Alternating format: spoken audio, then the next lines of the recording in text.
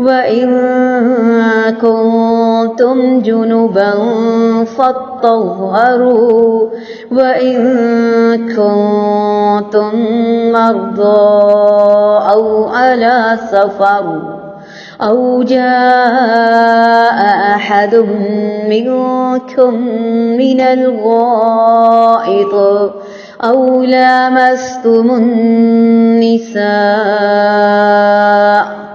Film تجدوا ماء فتيمموا صعيدا طيبا فامسحوا بوجوهكم وأيديكم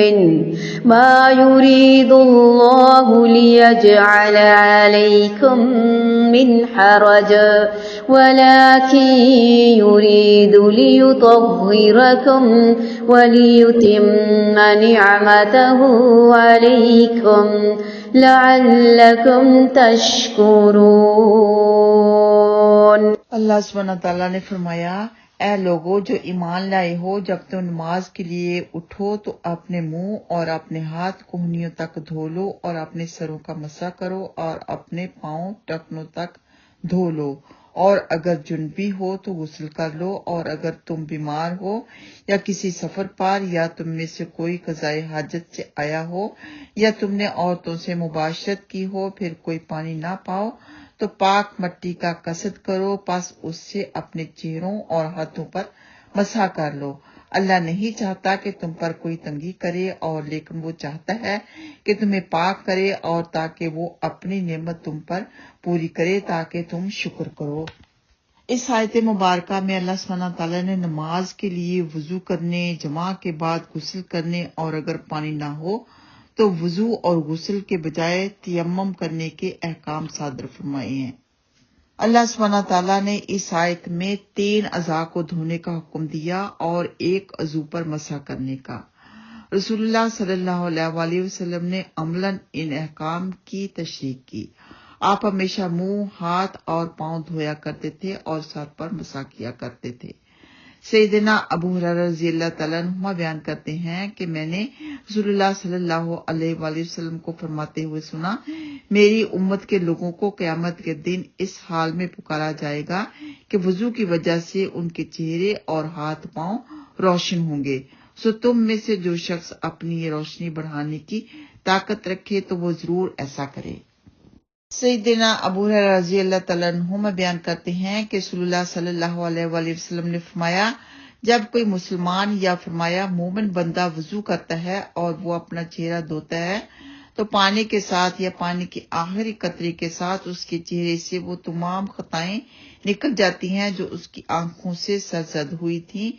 پھر جب وہ اپنے ہاتھ کو دھوتا ہے تو پانی کے ساتھ یا فرمایا پانی کے آخری قطرے کے ساتھ اس کے ہاتھوں سے وہ تمام گناہ نکل جاتے ہیں جن کا اس کے ہاتھوں نے ارتکاب کیا تھا، اور جب وہ اپنے پاؤں کو دھوتا ہے تو پانی کے ساتھ یا پانی کے آخری قطرے کے ساتھ وہ تمام گناہ نکل جاتے ہیں جن کی طرف اس کے پاؤں چل کر گئے تھے، یہاں تک کہ وہ گناہوں سے پاک ہو جاتا ہے۔ یہ مسلم کی حدیث ہے۔ اس آیت کے بارے میں بہت کام کی حدیثیں ہیں تو ضرور سنیے گا۔ آگے حدیث ہے، سیدنا عبداللہ بن عمرو رضی اللہ تعالیٰ عنہ بیان کرتے ہیں کہ ایک سفر میں رسول اللہ صلی اللہ علیہ وآلہ وسلم ہم سے پیچھے رہ گئے، پھر آپ نے ہمیں پا لیا۔ اس حالت میں کہ نماز کا وقت ہو گیا تھا اور ہم وضو کر رہے تھے، ہم جلدی میں اپنے پاؤں پر گیلا ہاتھ پھیر رہے تھے۔ رسول اللہ صلی اللہ علیہ وآلہ وسلم نے بلند آواز میں 3 مرتبہ فرمایا، ان ایڑیوں کے لیے دوزخ میں بڑی ہلاکت ہے۔ یہ بخاری میں موجود ہے۔ تو مطلب کہ ایڑیوں کو اچھی طرح دھونا چاہیے، یعنی جسم کے ہر اعضاء کو جہاں جہاں سے ہم نے وضو کرنا ہے ان کو اچھی طرح سے مل کر رگڑ کر دھونا چاہیے۔ سیدنا عمر بن خطاب رضی اللہ تعالیٰ عنہ بیان کرتے ہیں کہ ایک شخص نے وضو کیا اور اپنے قدم پر ناخن کے برابر جگہ خشک چھوڑ دی۔ رسول اللہ صلی اللہ علیہ وآلہ وسلم نے دیکھا تو فرمایا، واپس جاؤ اور اچھی طرح وضو کرو۔ وہ شخص واپس گیا اور اس نے دوبارہ وضو کر کے نماز پڑھی۔ وضو کے بارے میں آخری حدیث حمران رحمۃ اللہ علیہ بیان کرتے ہیں کہ میں نے سیدنا عثمان بن عفان رضی اللہ تعالیٰ عنہ کو وضو کرتے ہوئے دیکھا۔ آپ نے اپنے دونوں ہاتھوں پر 3 بار پانی ڈالا اور انہیں دھویا، پھر کلی کی اور ناک میں پانی ڈالا، پھر چہرے کو 3 بار دھویا، پھر دائیں ہاتھ کو کہنی سمیت 3 بار دھویا، پھر اسی طرح بائیں کو، پھر اپنے سر کا مسح کیا، پھر دائیں پاؤں کو اسی طرح دھویا، پھر بائیں پاؤں کو 3 مرتبہ دھویا اور فرمایا، میں نے رسول اللہ صلی اللہ علیہ وآلہ وسلم کو دیکھا کہ آپ نے اسی طرح وضو فرمایا تھا جس طرح میں نے وضو کیا ہے۔ پھر آپ صلی اللہ علیہ وآلہ وسلم نے فرمایا تھا، جو شخص اس طرح وضو کرے جس طرح میں نے وضو کیا ہے، پھر 2 رکعتیں پڑھ لے اور ان میں اپنے نفس سے باتیں نہ کرے تو اس کے تمام سابقہ گناہ معاف کر دیے جاتے ہیں۔ مطلب کہ وضو کرتے وقت بات نہیں کرنی۔ اور حدیث سے یہ بھی ثابت ہو گیا کہ کلی کرنا بھی چاہیے اور ناک میں پانی ڈالنا بھی چاہیے۔ اگرچہ یہ قرآن پاک میں نہیں ہے، لیکن جو نبی پاک صلی اللہ علیہ وآلہ وسلم کرتے یا فرماتے ہیں وہ بھی اللہ ہی کے حکم سے ہوتا ہے، تو اس طرح وضو کرنا ضروری ہے۔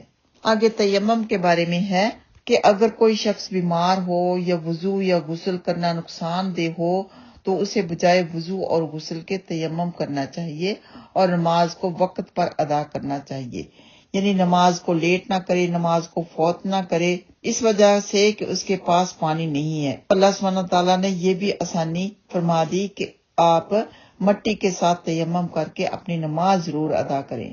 اور اسی طرح اگر کوئی شخص سفر میں ہے، وہاں پہ پانی کا بندوبست دور تک نہیں ہے، یا کوئی جنبی ہے اور پانی کا کوئی بھی وسیلہ نہیں ہے، تو اس وقت بھی آپ تیمم کر سکتے ہیں، یعنی مٹی کے ساتھ تیمم کر کے اپنی نماز ادا کریں۔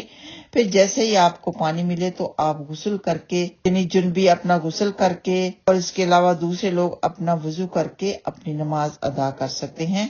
آگے بہت ہی پیاری حدیث ہے حضرت عائشہ صدیقہ رضی اللہ تعالیٰ عنہ کے بارے میں۔ عائشہ صدیقہ رضی اللہ تعالیٰ عنہ بیان کرتی ہیں کہ میرا ہار مقام بیدہ میں اس وقت گر گیا جب ہم مدینہ میں داخل ہونے والے تھے۔ رسول اللہ صلی اللہ علیہ وآلہ وسلم نے اپنی سواری کو بٹھا دیا اور آپ سواری سے نیچے تشریف لے آئے اور میری گود میں سر رکھ کر استراحت فرمانے لگے، یعنی آرام فرمانے لگے۔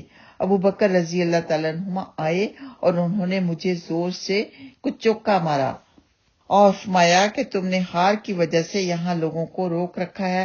نبی کریم صلی اللہ علیہ وآلہ وسلم کے آرام کے خیال سے میں بے حس و حرکت بیٹھی رہی، حالانکہ مجھے تکلیف ہوئی تھی۔ پھر نبی اکرم صلی اللہ علیہ وآلہ وسلم جب بیدار ہوئے اور صبح کی نماز کا وقت ہوا تو پانی تلاش کیا گیا لیکن میسر نہ آیا، تو یہ آیت کریمہ نازل ہوئی، یا ایھا الذین آمنوا اذا قمتم الی الصلاۃ۔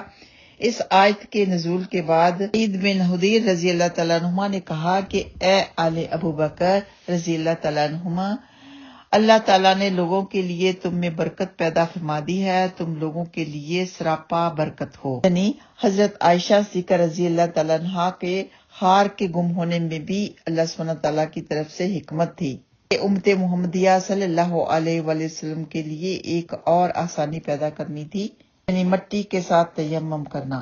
سیدنا عمران بن حسین رضی اللہ تعالیٰ عنہ بیان کرتے ہیں کہ رسول اللہ صلی اللہ علیہ وآلہ وسلم نے لوگوں کو نماز پڑھائی اور جب آپ نے سلام پھیرا تو کیا دیکھتے ہیں کہ ایک شخص علیحدہ بیٹھا ہوا ہے، اس نے جماعت کے ساتھ نماز نہیں پڑھی۔ رسول اللہ صلی اللہ علیہ وآلہ وسلم نے اس سے فرمایا تمہیں جماعت کے ساتھ نماز پڑھنے سے کس چیز نے روکا؟ اس نے کہا مجھے جنابت ہو گئی تھی اور نہانے کے لیے پانی میسر نہیں۔ رسول اللہ صلی اللہ علیہ وآلہ وسلم نے فرمایا تم کو لازم ہے کہ پاک مٹی سے تیمم کرو، اس لیے کہ یہ تمہارے لیے کافی ہے۔ یہ صحیح بخاری میں موجود ہے۔ اور یہ بھی یاد رہے کہ وضو سے پہلے بسم اللہ پڑھنے کا حکم ہے۔ اس کے بارے میں بھی حدیث ہے کہ اس کا وضو نہیں جس نے وضو پر اللہ کا نام نہ لیا ہو۔ اور یہ بھی یاد رہے کہ انگلیوں میں، ہاتھوں کی انگلیوں میں، پاؤں کی انگلیوں میں خلال کرنے کا بھی حکم ہے۔ اور اگر آپ سو کر اٹھے ہیں تو وضو کرتے وقت ناک میں پانی ڈالتے وقت آپ نے ناک کو 3 دفعہ جھاڑنا ہے۔ اس کے بارے میں بھی حدیث ہے۔ اور وضو کے بعد کی دعا پڑھنا نہ بھولیں، یعنی چوتھا کلمہ اشہد اللہ الہ الا اللہ وحدہ لا شریک لہ واشہد ان محمدا عبدہ ورسولہ۔ اس کے بارے میں حدیث ہے کہ جو کوئی وضو کے بعد یہ کلمات کہے گا اس کے لیے جنت کے 8 دروازے آخرت میں کھول دیے جائیں گے، وہ جس سے چاہے گا داخل ہو جائے گا۔ سبحانہ تعالیٰ ہم سب کو صحیح طرح وضو کر کے نماز پڑھنے کی توفیق عطا فرمائے اور ہم سے قبول فرما لے، آمین۔ آئیے آتے ہیں لفظی ترجمہ کی طرف۔ ایھا الذین آمنوا، اے وہ لوگو جو سب ایمان لائے ہو، اذا جب تم سب اٹھو الی الصلاۃ نماز کی طرف، فاغسلوا تو تم سب دھو لیا کرو، وجوہکم اپنے چہروں کو، اور ایدیکم اپنے ہاتھوں کو، الی المرافق کوہنیوں تک، اور امسحوا تم سب مسح کر لو، برؤوسکم اپنے سروں کا، وارجلکم اور اپنے پاؤں، الی الکعبین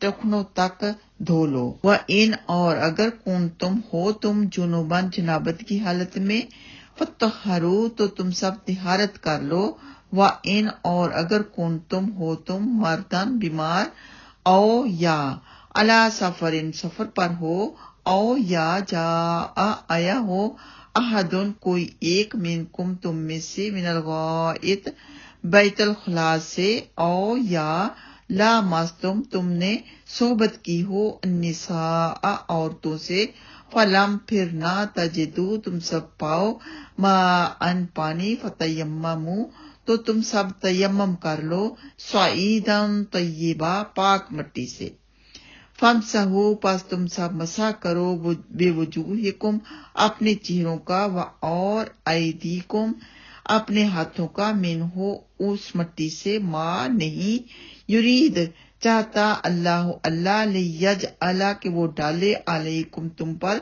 من حرج کوئی تنگی، ولیکن اور لیکن، یرید وہ چاہتا ہے، لیطہرکم کہ وہ پاک کرے تمہیں، اور لیتم تاکہ وہ پوری کرے، نعمتہ اپنی نعمت، علیکم تم پر، لعلکم تاکہ تم، تشکرون تم سب شکر کرو۔